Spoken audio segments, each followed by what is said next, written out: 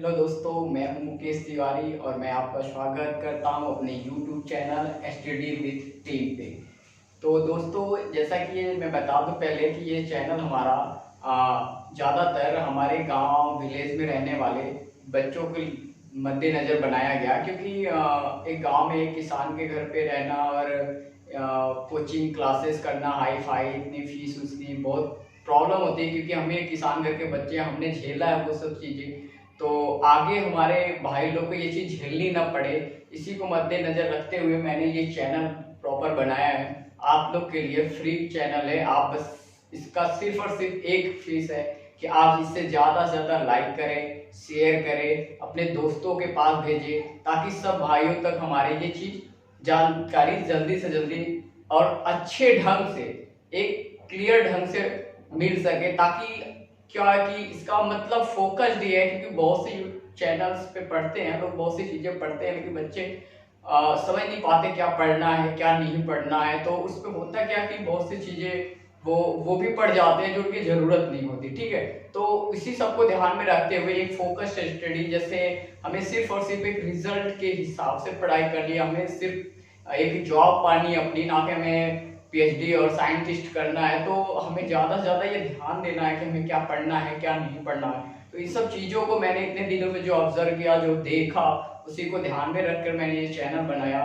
और आप यहाँ पे UPSC, UP PCS, SSC, CTET, TET, police, जो क्या कहते हैं, आपके जो भी स्टेट एग्जाम होते हैं उनसे रिलेटिव हर चीज़ की जानकारी आपको इस चैनल से मिलेगी।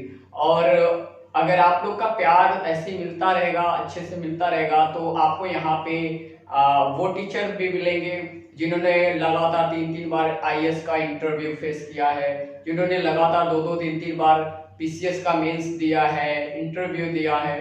तो आप लोग के बीच में मैं वैसे टीचर को लाऊंगा जो ऑलरेडी सेलेक्टेड हुए हैं या जिन्होंने मेंस क्वालिफाई किया है, तो जो प्रॉपर आपको यूपीएससी या यूपी पीसीएस से रिलेटिव स्टडी देंगे, स्ट्रेटजी बताएंगे, और वो खुद पढ़ाएंगे यहाँ पे खड़ा होकर के।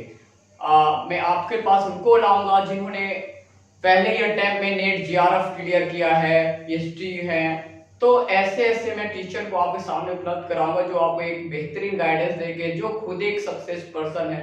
ठीक है, तो आप समझ सकते हैं जो खुद सक्सेस है तो आपको कैसा लाइन देगा। तो ज्यादा से ज्यादा हमसे जुड़ने के लिए आप मेरे वीडियो को सब्सक्राइब करिए, दोस्तों से जोड़िए, ठीक है, और लाइक करिए, ताकि जल्दी से जल्दी चैनल थोड़ा ग्रो करे, लोगों के पास चीजें पहुंचने लगे, जल्दी से जल्दी हमारे वीडियो पहुंचने लगे। ठीक है, अवेयरनेस हो जाए सबके अंदर, तो हम इसको आगे बढ़ाएंगे। ठीक है, और आपको मैंने जो कहा वही होगा, आपको सिर्फ हमेशा फ्री ऑफ कॉस्ट ही पढ़ाया जाएगा, क्योंकि बहुत समस्याएं लोगों के पास। अभी एक बीमारी जो आई है इसने तो और ज्यादा समस्या कोरोना ने मचा दिया, तो इसके वजह से बहुत प्रॉब्लम झेलनी हो रही है और घर पे रहना पड़ रहा है। और अब इस आर्थिक स्थिति हमारे ग्रामीण क्षेत्र की ऐसी रह भी नहीं गई है कि बच्चे मतलब इतना फीस इन्वेस्ट करके दिल्ली, इलाहाबाद या कहीं जाकर बाहर रहें, पटना, जयपुर, जहां भी रह के पढ़ाई कर सके। तो इन सब चीज़ों को बहुत ध्यान से देखा मैंने, और मैंने खुद झेला है जो चीज़ आज मैं चाहता हूं कि मेरे भाई लोग वो चीज़ ना झेले, वो समस्या उनके सामने ना आए। इसके लिए मैंने ये YouTube चैनल बनाया है, ताकि आप लोग आसानी पूर्वक हर चीज़ आपको घर पे ही मिल जाए, आपको ज़्यादा कहीं जाना ना पड़े, आपको ज़्यादा फीस कोचिंग में इन्वेस्ट ना करना पड़े, आपकी पढ़ाई भी हो जाए और आपको सही गाइडेंस मिले, भगवान कृपा रहे और आप लोग जल्दी से जल्दी सेलेक्ट हो जाए। ठीक है, तो मैं उम्मीद करता हूँ कि आप लोग मैंने जैसा कहा वैसा करेंगे और इसे शेयर करेंगे, लाइक करेंगे। ठीक है, तो मैंने अभी पार्ट 1 में थोड़ा सा कैलेंडर चैप्टर की थोड़ी सी रीजनिंग बताई थी आप लोग को। ठीक है, और आपको बता दें यहाँ पे पॉलिटिक्स, जियोग्राफी, हिस्ट्री और इकोनॉमी, मैथ्स, रीजनिंग, हर चीज आपको धीरे धीरे सब चीज आपकी कराई जाएगी, फोकस्ड होके कराई जाएगी। आने वाले एग्जाम में जैसे लेखपाल है और टेट वगैरह के एग्जाम है, सीटेट की जो भी एग्जाम आने वाले आगामी, उनके मद्देनजर देख रख के आपको तैयारी प्रॉपर कराई जाएगी। ठीक है, और आपके पास मैं उन सब टीचरों को जल्द से जल्द लाऊंगा जिनका मैंने नाम लिया है, और 100% लाऊंगा, और वो आके पढ़ाएंगे भी आपको, ये मेरी गारंटी है।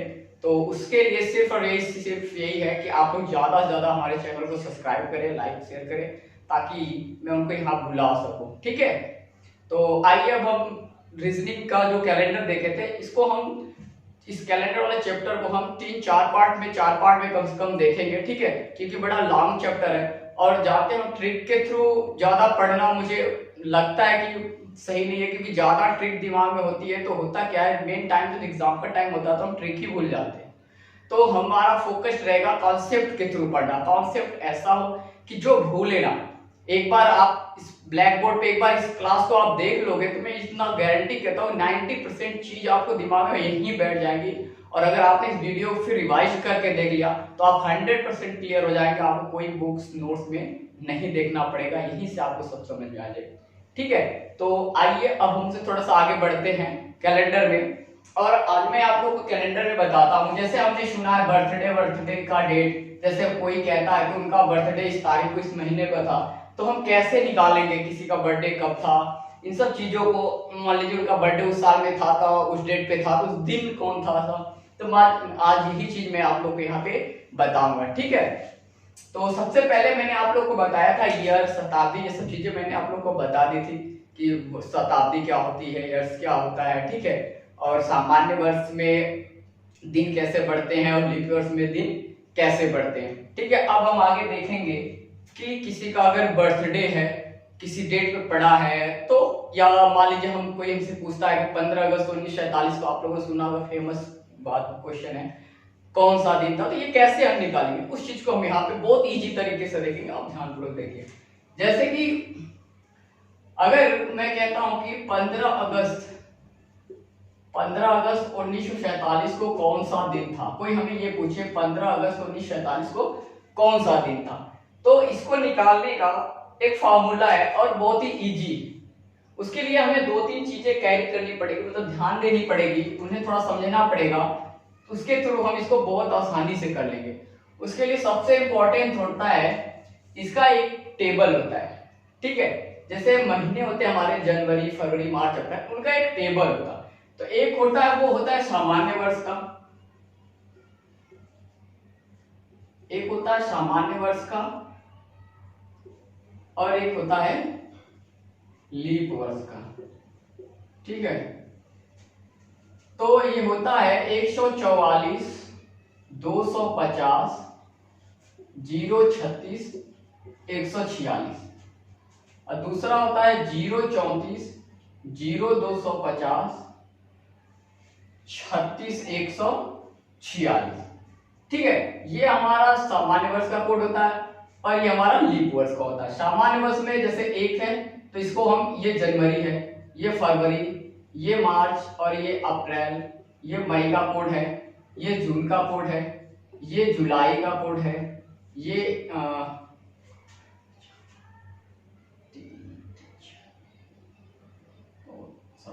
ठीक है, सॉरी, ये आपका जुलाई का, ये अगस्त का कोड है, ये आपका सितंबर का है, ये आपका अक्टूबर है, और ये आपका नवंबर है, और ये आपका दिसंबर है। ठीक है, सेम यही इसमें भी होता है, लेकिन इसमें क्या होता है, जनवरी और फरवरी का महीना जो है वो बदल जाता है। इसमें जनवरी 1 और फरवरी 4 है, इसमें जनवरी 0 है और फरवरी 3। फिर यही दो डिफरेंट है, और आपको ये बहुत आसानी से याद आप कर सकते हैं। ठीक है, आप इसको याद कर सकते हैं, 14, 40, 250, 36, 146, बहुत सिंपल है। 14, 40, 250, 36, 146, 0, 34, 250, सॉरी 0 मतलब 0, 340, 0 का अलग कटिए, 340, 250, 36, 146।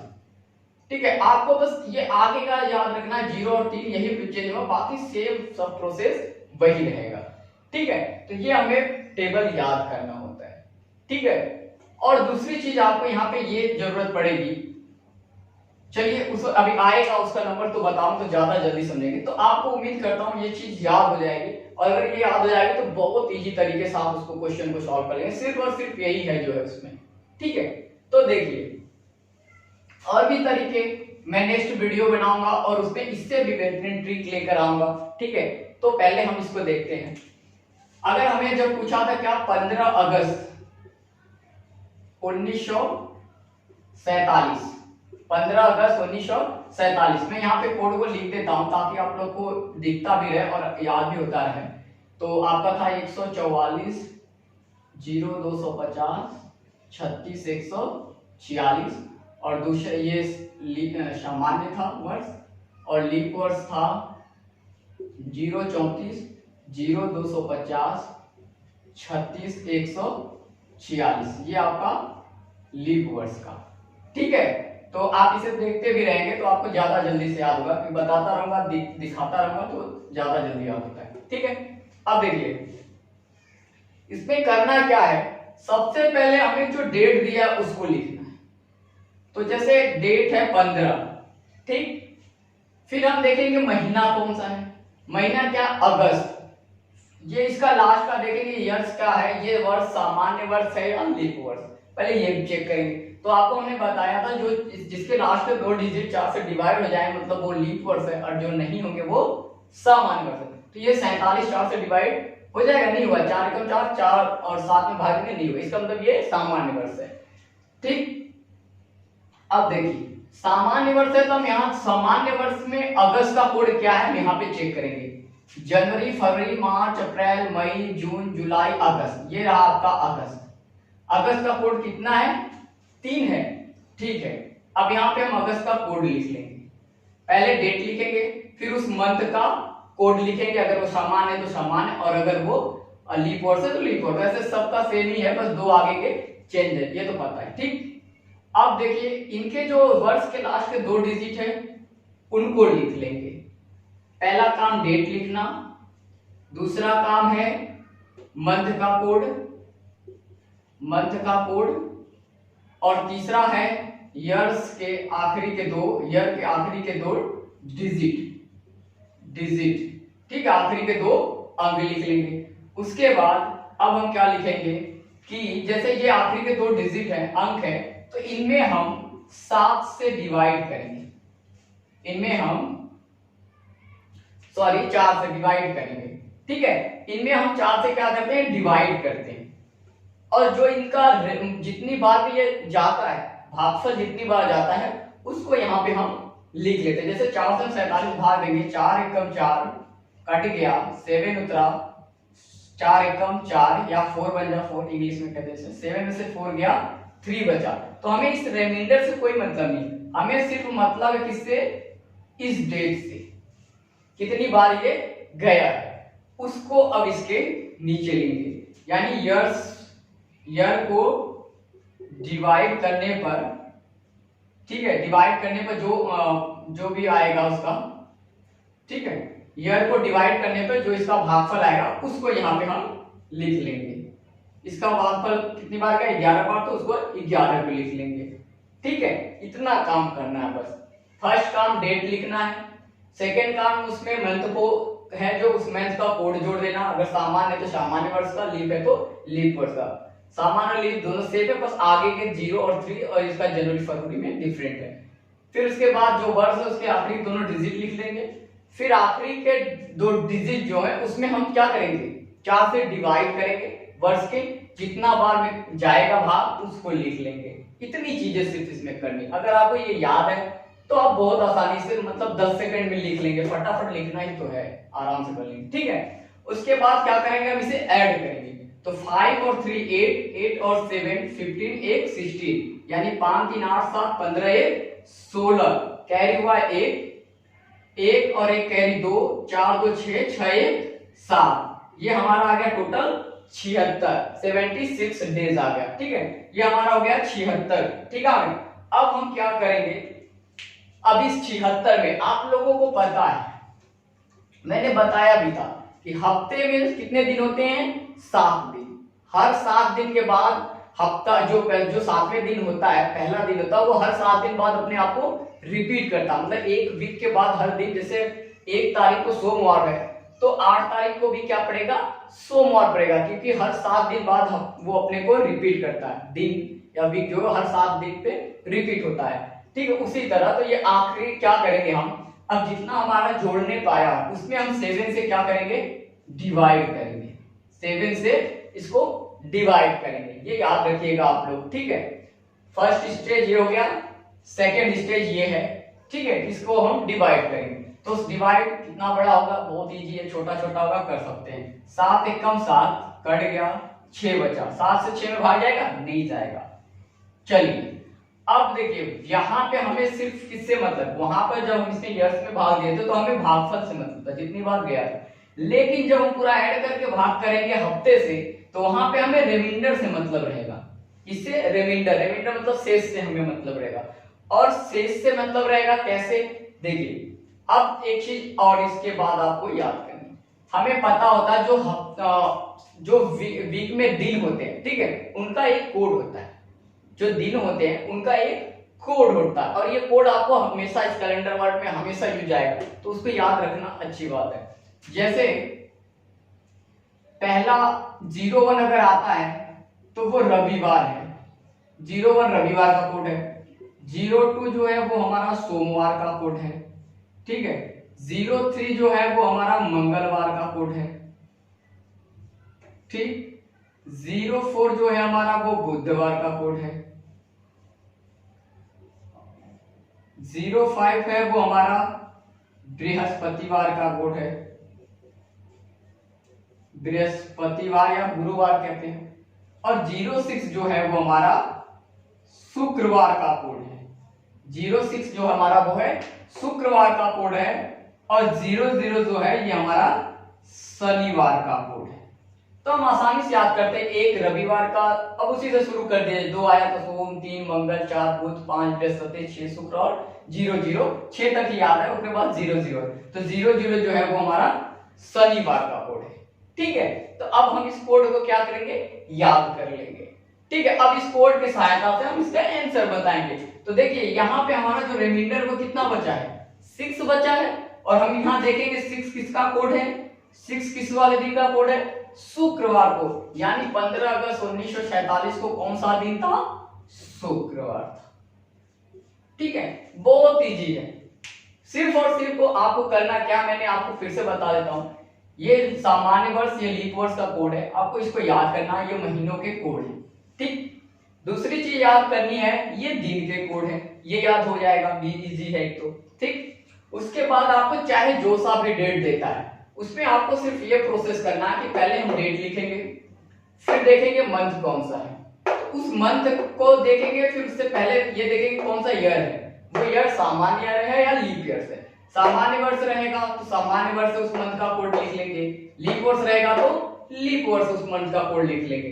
फिर थर्ड चीज लिखेंगे, जो ये वर्ष के आखिरी के 2 डिजिट हैं उनको लिख लेंगे।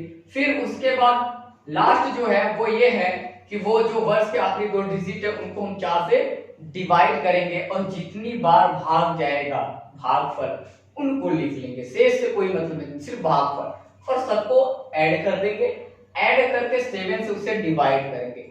जो रिमाइंडर बचेगा, वही जो रिमाइंडर बचेगा, जितना भी रिमाइंडर बचता है वो किस दिन का कोड है ये देखेंगे। तो जैसे 3 बचा तो 3 किस दिन का कोड है, मंगलवार, तो वो मंगलवार होगा। 4 बचा तो 4 किस दिन का, बुधवार, तो बुधवार बचा। तो ऐसे हम इसका आसानी से आंसर बता देंगे, ठीक है। तो उम्मीद करता हूं कि आप लोग को ये बहुत ही अच्छे तरीके से समझ में आ गया होगा, ठीक है। तो हम आपको ऐसे ही पार्ट बाय पार्ट रीजनिंग, लंबा चैप्टर कैलेंडर, तो 4-5 पार्ट में इसको मैं पढ़ाऊंगा ताकि आसानी से आपको समझ में आ जाए। एक लंबी क्लास होगी तो आपको क्या होता है, दिमाग से चीजें बाहर जाने, तो धीरे धीरे कॉन्सेप्ट बाय कॉन्सेप्ट पढ़ेंगे तो आ जाएगा। आप इसका स्क्रीनशॉट ले सकते हैं, आप इसको याद कर सकते हैं, करके आसानी सॉल्व कर सकते हैं। आप इसी तरह किसी भी डेट का आप अपने मन से निकाल सकते हैं। लेकिन एक चीज आपको यहाँ ध्यान देना होगा कि सिर्फ ये 1947 के लिए, 1900 शताब्दी के लिए, अगर शताब्दी बदलती है, शताब्दी अगर बदलती है तो उसके लिए क्या यूज होगा, ये 1900 शताब्दी के लिए, 1900 के बाद 1800 है, शताब्दी 17 है, 16 है, 15 है, या 20, 21, 22 है, तो क्या होगा, मैं आपको ये चीज नेक्स्ट वीडियो में बताऊंगा, और बहुत ही इजी तरीके से बताऊंगा, ताकि आप इससे रिलेटेड जो भी क्वेश्चन आजकल एग्जाम में आते हैं, आप देखते हैं कि देता है 15 अगस्त या 20 जुलाई 2019 को सोमवार है, तो 20 दिसंबर 1900 या 2016 को कौन सा डेट, ऐसे ऐसे करके डेट देता है। तो इन सब चीजों को मैं बताऊंगा इसी थ्रू बहुत आसानी से, ताकि आपको बहुत ही आसानी से समझ में आ जाए और आप यहाँ जो समझे एग्जाम में आपकी गलती ना हो पाए। इसलिए मैं कॉन्सेप्ट बाय कॉन्सेप्ट बता रहा हूँ, ताकि आपको एग्जाम में भी याद रहे, आप कर सको। ट्रिक रहेगी, आप भूल जाओगे। 100% लोग ज्यादा से ज्यादा ट्रिक भूल जाते हैं, तो मैं ऐसा कुछ नहीं कहूंगा, ठीक है। तो आपको नेक्स्ट वीडियो में मैं वो चीज बताऊंगा और बहुत ही आसानी से आपको समझाऊंगा, ठीक है। तो अब अगर आपको वीडियो ये अच्छा लगा है तो ज्यादा से ज्यादा इसे सब्सक्राइब कीजिए, लाइक कीजिए और दोस्तों में शेयर करिए, ताकि हमारे वीडियोस आपके पास फटाफट जल्दी से जल्दी पहुंचे और आप हमसे आसानी से जुड़ सके, ठीक है। तो वीडियो देखने के लिए धन्यवाद।